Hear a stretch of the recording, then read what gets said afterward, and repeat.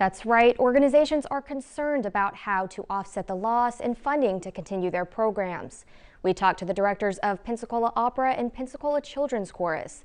They say the community could help. We're here on Pensacola Beach, where thousands of people come to soak up the sun for this 4th of July weekend. There are hundreds of people on this beach, which is unguarded. Beach safety officials say it's better to stay safe than sorry. This bridge symbolizes the fight for civil rights and equality. People from all over come to march across it. Electric lemonade. Offering more than just healthy bowls and smoothies like this one, Blend strives to provide a welcoming environment for students to come back to. B-Sweet Bakery and Dessert Boutique is a family-owned business located right off of Troy's downtown square.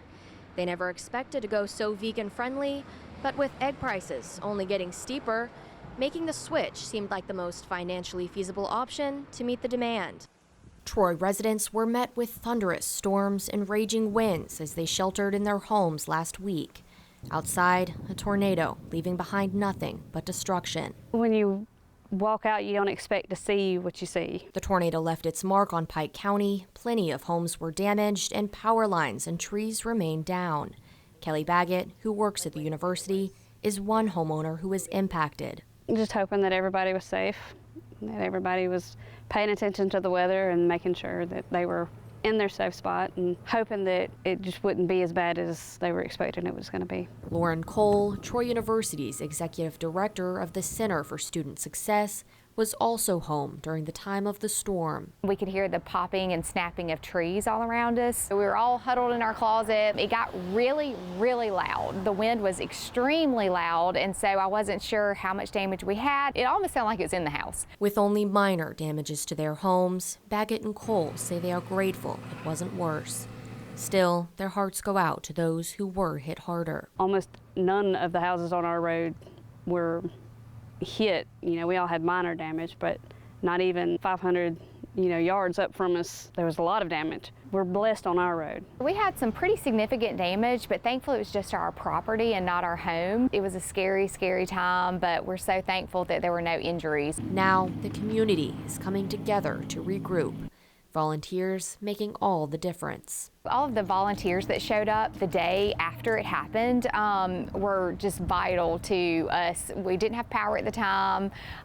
We really weren't sure what all kind of damage we had. We wouldn't have been able to get through, off of our driveway. It's good to know that you have neighbors that way, that we can rely on each other in times like this. As cleanup efforts continue, those who were impacted say they are glad to live in such a selfless community. My heart dropped immediately. Several students on Troy's campus were left in shock after a mass shooting at Florida State University last Thursday left 2 people dead and 6 injured. Most of my friends from high school ended up going to FSU. We're from that area. My first thought was, I have so many people I need to reach out to talk to, just to make sure everyone's doing okay. Williams describes the moment as terrifying, making everything all too real. It felt horrifying in that moment, it hit really close to home. According to the Gun Violence Archive, the United States has seen over 80 mass shootings so far this year, including several on college campuses. With gun violence on the rise, a new fear is igniting among students. Troy University Police Department is working tirelessly to help students feel safe and protected. Our officers are regularly training on response to this type of incident. While specific response tactics are kept confidential, TUPD says it's doing its best to stay prepared in the case of an active shooter situation. We never want this to happen, right? But we can't say it won't happen here. We can't put our heads in the sand.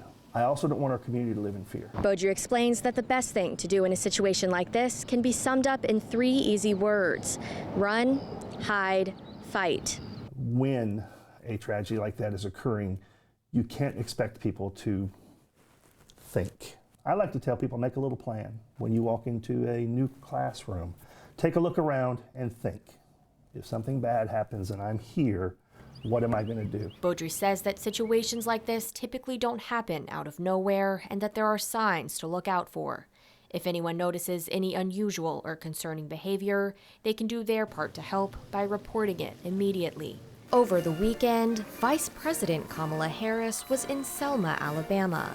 There, she helped commemorate the 59th annual Bloody Sunday Memorial March. Shoulder to shoulder, they marched for the freedoms that were theirs by birth and theirs by right.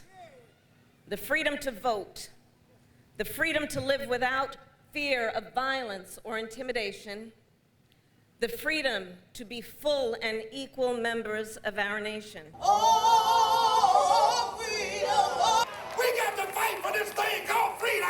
The annual bridge crossing is to remember the infamous March for Black voting rights that took place here in 1965. They were forced to retreat, and yet they would not be deterred, defeated, or denied. This bridge symbolizes the fight for civil rights and equality. People from all over come to march across it. I've never missed crossing this bridge. I started with my parents back in the day. People risked their lives to vote, to be able to vote. And now I'm not keeping that dream alive. I'm gonna try it every time I do. Harris reminds us that this bridge represents the struggle for freedom that many continue to face. Freedom is fundamental to the promise of America.